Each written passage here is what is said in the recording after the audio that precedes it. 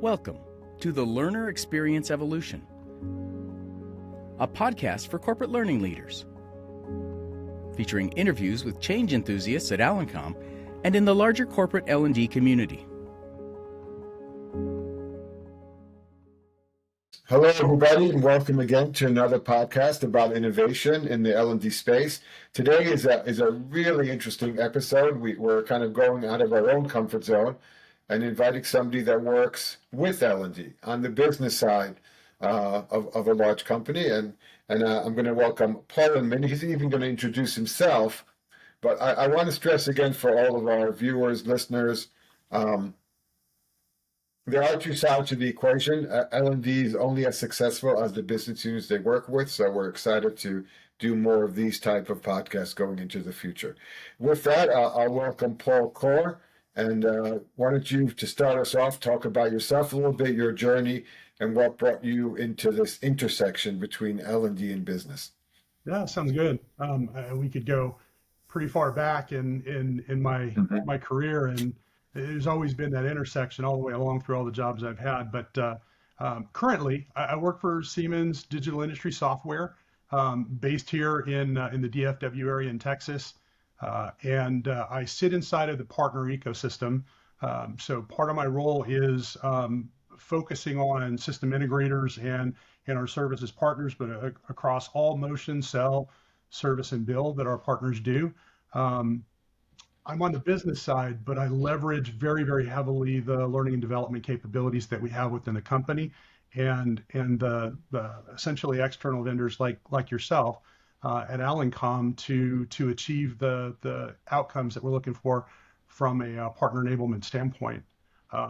It started, though, a long time ago when I was in high school in Los Angeles. It's kind of going way back, but I was actually hired to teach teachers how to use the Scantron machines, because the school that I was at, Garfield High School in East Los Angeles, it was the first time they were rolling out Scantron machines. And I remember that because one of the key lessons that I learned that stayed with me all these years is that different people learn in different ways.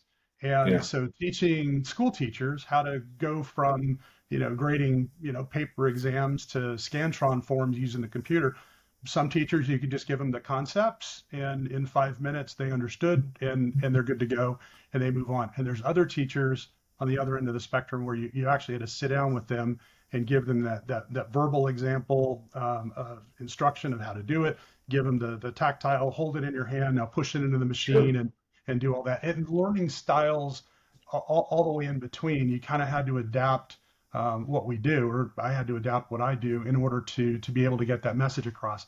And that's something that's carried through with me through the Army as a training officer in the Corps of Engineers, all the way through to what I was doing at NASA and Boeing, and of course today at Siemens. Different people learn in different ways, and if you are going to be effective, then the training that you produce, regardless of who produces it, the training that you produce has to be effective for the audience that you're targeting. And that's kind of stuck with me all these years. Yeah, and I think we're going to get into it in some of the latter questions coming up on how technology is helping us create that personalization or that adaptation to different learning approaches. So you're in the business unit. You're responsible for the results or some of the data related to the actual the partners, or I guess you call them resellers in some way or form, or supporters. What are some of the opportunities you've seen in working with L&D? Where has that been an accelerator for the business? And I know we like talking about data, so feel free to give us cool examples. I love data. I look at data and trends. And you smile. I mean, it's obvious, right? Exactly. Data. Yay. It's really interesting. Like you mentioned, I sit on the business side, so I'm constantly looking at me and my team, my leadership. We're constantly looking at trends, which way the industry's going, what does the buyer journey look like, not just today, but in the future. Which direction do we need to go to be ahead of the curve? And the thing is that it all boils down to making sure that Mhm. the partners inside of our ecosystem and even our employees, because it's the same process. A great question that comes to mind, knowing how you straddle both the business, and the L&D, is where have you identified opportunities where the business uses L&D in very specific ways, very data-driven ways that help the business. So we'd love to hear your journey in that area and some examples for our listeners. Yeah, absolutely, absolutely. And it's really a convergence of multiple things. One is just the intelligence about where our ecosystem is going and how we can anticipate the skills and capabilities that are needed Hmm. for them to be successful in the future. The second part of that is just constantly looking at data. We measure everything. Yeah. We're looking at the consumption trends. We're looking at how people consume it, what devices they're consuming it on, what they find valuable, the ratings that we get back. We analyze all the data to make sure that whatever we produce in the future through the learning development organizations and contractors like yourself, that we're basically tuned to the way that our audience is going to consume that training in a meaningful way. The business side of it, we're going to determine where we want people to be from a skill and knowledge Yeah. standpoint to make sure that they can thrive, 12, 24, 36 months from now. We're going to anticipate that, and that's part of the intelligence gathering. For what it's worth, we use AI now every day as a part of Yeah. our jobs to understand the direction of the industry, to basically look across instead of reading trade journals and reading transcripts of industry reviews and things.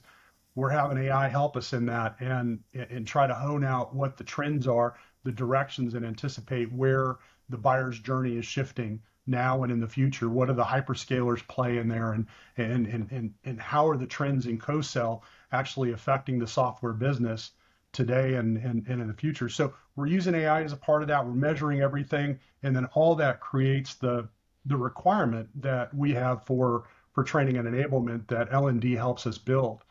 So we're trying to stay ahead of the curve. We're trying to anticipate where we Yeah. need to be, and that training is innovative enough to leverage how it's being consumed and deliver a Sure. message that people need to know in the future. So you bring up a critical point here, I think, that the velocity of change is way what we ever believed it would be. I mean, for those of us who've been in the industry for a long enough time, we thought that electronic-based learning would create more velocity, right? We were able to do stuff quicker. We had software platforms to do it. And now with AI, the business units are pushing for change more rapidly. So the Right. question becomes, from our industry, we're not just being given heads up. Here, we have this requirement.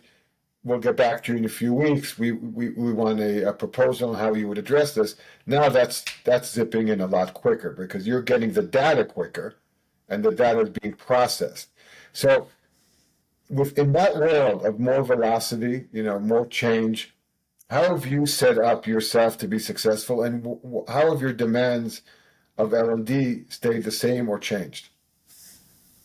Well, I mean, we're set up. Our entire team is pretty agile, and that we're able to Hmm. respond to changes very, very quickly. It's the culture that we're in inside Hmm. of our company here. Just to be agile, to be responsive, and to be able to pivot. And we just consider it an entrepreneurial spirit within the company. We're a small team supporting a very, very large multi-billion-dollar ecosystem. That's true. Yeah. Yet we're agile enough where if we see a trend or there's an indication of a trend in the buyer's journey or requirements around training, that we can pivot and shift and work very quickly to close that gap or deliver on that training. The interesting thing though is that L&D has not traditionally been able to keep up with the demands of the business. And AI has really been a force multiplier there, where now L&D is able to keep up with the amount of change that we're seeing in the business and the direction that we want to go with the velocity that we want to operate at. And it's been the AI tools on content generation and things like that have accelerated the ability of L&D to match what the business requirements are and what we have. I will say that our in-house delivery on that has been how should I put it? we've had the ability to reach outside the company to look for innovation in the L&D space and get some examples of how companies like you do it. I mean, we're partnered with you right now on Yeah. a few really interesting courses and curriculum that is really challenging the way that we've done L&D in the past, and we're pretty excited about it. It's actually infusing AI into that learning experience in a way that you can make decisions and change the content on the fly based on the interactions with Yeah. the individual learner. Yeah. And we just Mhm. don't have that capability yet in-house. So we appreciate that we as a company have the flexibility to Yeah. reach out and leverage that innovation where we can find it. Yeah, And I mean, it's obvious we all in our personal lives as well as our business lives look for experts. But I picked up on something which I would love your opinion. It's almost like there's a tale of two cities, to quote a famous author. You have all the stories that AI is going to replace L&D, it's going to replace the creative component in a company, marketing, L&D, you name it. That's the dark city, right? That, you're going to be yeah, replaced. You're going to be too slow. Technology could do it better. But then there's I would call it the golden city, right?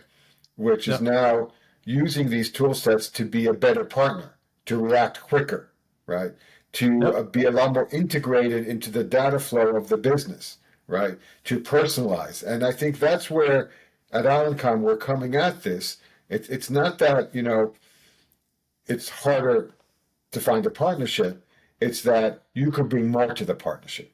And I would say that's nearly you're describing as an important message, both to a lot of the people in our industry that are worried, uh, to the people in our industry that are seeing, wow, I now as an individual can do a lot more for my business partner because I have access to the data streams on one hand and the creative tools on the other in order to create the right learning and training opportunities as the market changes. Uh, let's talk a bit more about data. If you looked at, hey, these are 5 new data points I've collected over the past few weeks, and you don't have to be too specific because of commercial interests, but if there is something that, wow, that is really different, what would you pick up on? well, not necessarily in the last few weeks, but maybe the last few 6 months or so. Okay. Um, it's how the enablement is being consumed. The trends that we're seeing right now, because of the data that we're collecting, because we're just trying to measure everything, we're seeing more and more done on the mobile devices. And I'm not talking about tablets or laptops. I'm talking about cell phones. Sales rep walking into a meeting has about 30 minutes while they're sitting outside the office, and what we're seeing is within an iPhone or an Android device, they're actually pulling up some very specific content that we've created for them Hmm. that teaches them about, hey, here's how you have this conversation, or here's how you have that conversation, here's how you position this or that. And it's not technical in nature; it's actually the soft skills stuff that we've created Yeah. the L&D content for. That's been the first thing because it's been interesting, not just the fact that it's on a mobile device, but the amount of time that they have available to consume it. And it's really kind of driven our thinking around how we want to add more modularity into our training, Yeah. make the training smaller. And I know that this is a trend of adult learning, but make it smaller, make it more compact, make it easily digestible on the fly on a mobile device, specifically on an iPhone or an Android device, so that somebody can literally take 5 minutes or 10 minutes before a meeting or on a subway train or whatever and just start consuming that content in bite-sized chunks. Traditionally, we have looked at anywhere from 30 minutes to an hour as being the sweet spot and assume that a person's going to be on a laptop or a desktop, maybe a Yeah. tablet device. It's just not that way anymore. And it's really the latest trends and looking at the analytics and data that have led us to that conclusion. Yeah, and I think, and I know we're going to talk a bit about the potential of AI more.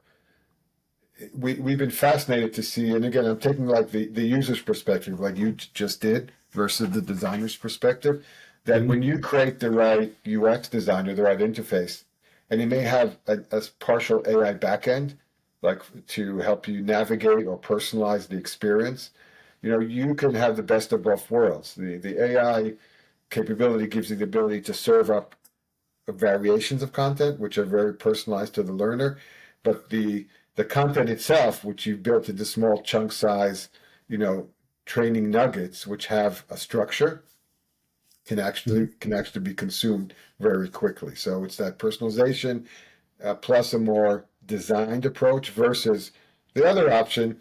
And I think we'll get there, by the way, is where, you know, if we can educate the model enough around your content, we can auto generate some level of content on the fly. So I think what you're describing is a really nice middle ground right now.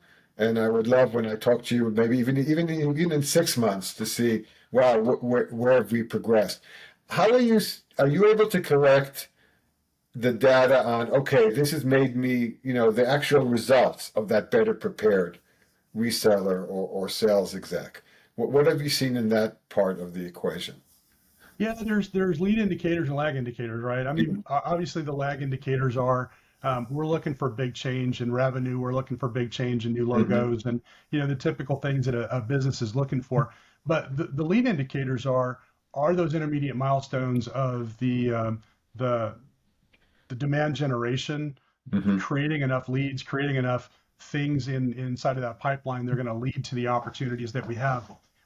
And when we're looking at creating new training to get ahead of the changes in the customer's buying cycle, we're specifically looking at how do we influence the behaviors in this particular area. And we do Yeah. that very specifically with the measurements that you're asking about. We need to be able to say, if we're going to create this training, the expected outcome is, and here's how we're going to measure that Yeah. inside of the ecosystem to determine whether or not we made a good investment or a bad investment. And by answering those questions up front and anticipating how we're going to measure that to drive success, we've been pretty successful at driving the change and the influence that we're looking Yeah. for. You're seeing the behaviors you want, and you know that's Exactly. another layer of the cake, right? A lot of organizations, and I'm sure including in some areas your global organization, the Siemens, are trying to design roles based on skills, right? These are the skills the organization needs, and Yep. then a lot of the requirements come from what skills do my employees have, what skills do the jobs need, and how do I match those two things together? But what you described, I think, is even a more exciting transformation of how we impact change, is the ability in using AI analytics, not AI content creation, is to look at behaviors, is to extrapolate from different activities, not just the learning stuff that the employee did or the reseller did, but actually those leading indicators that you describe, and extrapolate a behavior matrix. You know, Yep. we're pretty excited here at Alencom about that. We see that a lot in projects where uh, we can put the learner through a conversational simulation, an activity simulation of one sort, and the AI background is able to not just collect and rank what they said, how they said it, how long they took to say it. It's that, but also extrapolate from other data being pulled in from data lakes around. You know, okay, this employee or this team has had this much impact in different indicators. And while I think that some of the systems out there are not there yet, some of the BI systems, we are looking and hoping a lot more connectivity between those worlds, the observational world in the learning process and the analytical world in the business measurement process. So I think those are going to be exciting days for all of us. It's funny that you Um, mentioned that because mhm. we kind of learned that lesson the hard way. We had Okay. invested a bunch of money with actually one of your competitors. It wasn't their fault. It was our fault. We didn't know specifically what to ask for. We built out this entire training package around how to establish customer success as a part of the SaaS transformation in the software partner business. And what we learned is that the consumption was extremely low. People were fixated on the role, and they were basically throwing up a blocker because we didn't market it right. We developed it for the wrong audience.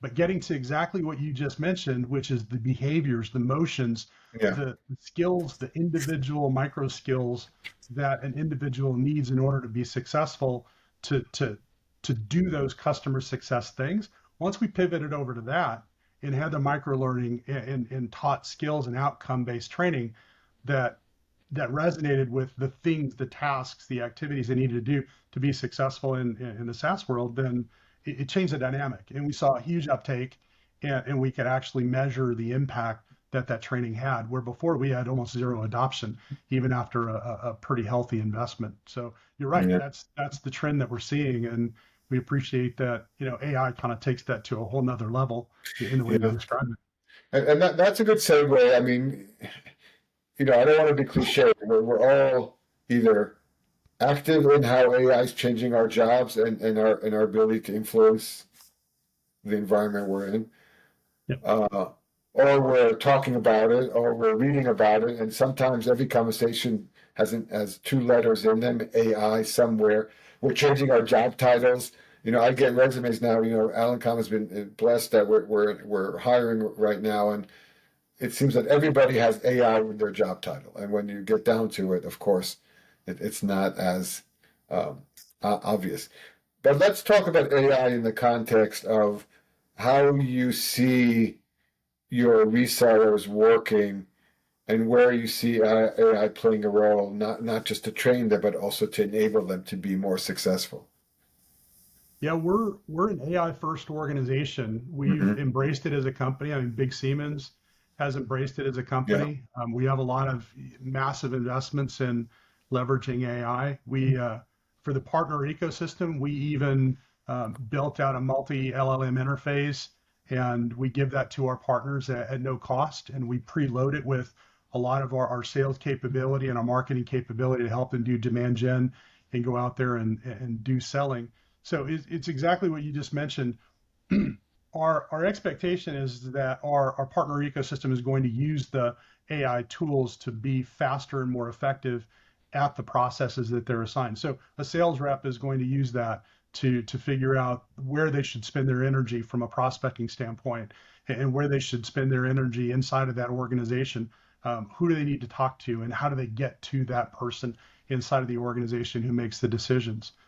They can do that the old way, which is a lot of research and LinkedIn and contacts and phone calls and emails. But in reality, we built out some training with our L&D. I think you guys even helped with a couple of the modules, and we're teaching them how to use AI as a part of their job every single day, and not just using the LLMs that we give them access to, but we're constantly updating it with the available tools, because it's AI out there every day. There's something new, and if we can leverage that in a positive way to get to revenue faster and to expand the footprint or the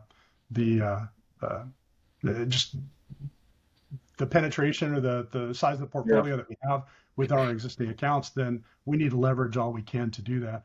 Yeah. I subscribe to the Jeff Woods. He wrote the book on AI and leadership. And you mentioned Tale of Two Cities, best of times, worst of times. I honestly think that Jeff Woods describes it as there's two groups of people that are going to be here in the future. There's those that do AI and use AI as a part of their job every day, and those are the ones that are going to thrive. And then there's going to be those that don't. And AI is not necessarily going to replace people, although job trends might tell you otherwise. But the reality is that it's AI, or people that use AI are Yeah. the ones who are going to replace the people that don't use AI. And I Yeah. subscribe to that. So anything that we can do today to infuse AI into the daily lives of our partners and even our employees, then we're trying to leverage that and bring Yeah. that capability in there.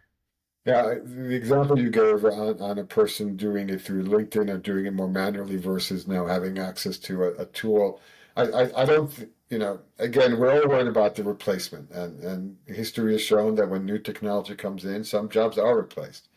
Yep. But when you look at it, when you go up a level and you look at employment and what people are doing or enjoying, it's how they've been able to reallocate their efforts in new ways using technology, right? Yep. Um, I think we'll still be seeing doctors, and maybe loans will be accessed differently, and maybe even doctors, but for sure, Siemens as a software company is going to take a lot of advantage of this. I do want to mention, because I know that we work together on this with your team, is sometimes the most powerful way AI could be deployed is helping orient the person on where their gaps are, where their strengths are, where their weaknesses are, and enable them then to build their own journey on what they want to learn and pull from what the company offers them. So that issue of self-assessment and evaluation is something that, especially when it doesn't have to be tracked, right? The idea is that when I want to learn a new skill and apply it to a new job, right? Because I think there is a hierarchy here. Yeah. There are tools I can access that will help tell me where I need to focus my effort. And I think that actually touches on personalization, right? So when I first was told about some of the stuff your team is doing, I latched onto that understanding that we can use technology to help people be more efficient and learn in a way. And okay, so we're going back to your teacher example, right? Of learning in their way. So any other examples you want to bring on the AI front? I think we've talked a lot about it, but I'm always keen to know what excites the people I invite to the podcast. So where are you most excited about AI? Well, you've kind of your team has actually helped us bring a new level of experience in our training and enablement. It's what you described about gather a little bit of data during that training experience to frame what it needs to look like, and then tailor that training to close the gaps on things that they don't necessarily know. For us, that's basically just cracking the door open of what the potential is for creating an entirely different learning experience Yeah. that's going to be customized and tailored. But it's not just from an L&D perspective, and it's not just looking at the individual learner that gets us excited. When we can bring the convergence of what the capabilities are of the organization, what their business plan looks like, what do they intend to do in the next 12 to 24 months with their customer base, what new markets are they going after, what new logos are they going after, how are they going to expand their portfolio, and then we bring that into the learning and development experience so that we can tune and customize and say, hey, these are the skills that you have. You've demonstrated this. This is the capability that we can see. But through AI, I think that we can accelerate that, bring in all these other data points, and create a very bespoke, a very customized learning experience that's tuned not just to what the capabilities are that we need within the business, but also what the learning style is of the individual who needs to consume that. So when we converge all that together, and AI is at the crux of all of that happening, I think that we're going to create a much more effective learning and development experience, and I'm pretty excited about it. Yeah, no, it's because you hit on that other layer. It's not just about velocity, AI letting us do stuff quicker, better. It's not just about personalization, which we talked about a lot. It's actually a nexus for convergence of different data sources that are now at the palm or the hand, of the individual needed to deliver whatever activity they do for themselves or for a company. Yeah. I'm going to ponder that a bit. I think that convergence message is something that we don't hear enough about. We assume it but that AI layer that will enable us to pull in not just the data sources, but also the experiences that an individual needs is pretty exciting. Let's get to kind of one of my favorite questions, which we tend to ask at the end of the podcast, and it's really about we're going through amazing times, right? But beyond those times, there's things we've learned along the way. And if you had to now have a chance to talk to that same young guy who, I don't know, just joined NASA, you have such an interesting resume, or just joined Boeing, what advice would you give them? Honestly, I would just go back and say, don't be afraid to take chances. Just have good ideas, be creative, think outside of the norms that you see around you all the time, and take chances. Don't be afraid of failure. Don't dwell on failure, but don't be afraid of taking chances. And it gets back to that entrepreneurial spirit. Just see what an opportunity is and be very creative about how to do something that's going to be unique position within the industry or unique position to solve that problem that's in front of you at the time. And I took a long time to learn that lesson, but it is threaded in my DNA today. I'm always looking for ways, and data is a huge part of that. But Yeah. I'm always looking for ways to be creative to solve problems. I mean, it's kind of what leads us to some of the trends and what we're trying to do with AI and with learning and development today. So that's what I would tell my younger self is don't learn that lesson the hard way. Take advice from others, take chances, be creative, be experimental, entrepreneurial Yeah. spirit, and do that early and fast. Yeah. We hear that a lot. I always wonder, how do we train for that? How do we train people to not avoid risk? How do we train them to embrace failure as a learning experience? Yeah. Maybe there's an AI agent for that as well. Who knows? Well, with that, I want to thank you so much for joining us, Paul. I mean, I think you brought a new voice into our usual conversation, and I really, really appreciate that. Thank you. You know, I want to thank you a lot for joining us, and hopefully, you know, you got something out of it as well, because we sure did. I did, and I really appreciate the opportunity to come in today and have this conversation with you. Okay, So thanks a lot. again, thanks for the opportunity. Okay, well, that's a wrap, guys, and we will see you all in our next episode. Thank you for joining the Learner Experience Evolution. All episodes will be posted on the Alencom website, or you can subscribe wherever you get your podcasts. Please reach out to info@alencom.com with any requests or questions.